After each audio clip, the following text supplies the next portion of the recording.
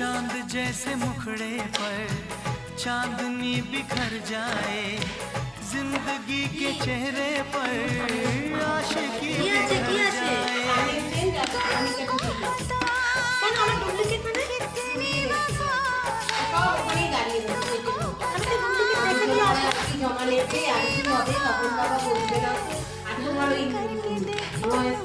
मेरी तरह तुम भी कभी करके देखो ना। আমি করেছি ভয়েস কলা আমি করেছি চারটে সমস্যা ছিল আগে চেক করেছি।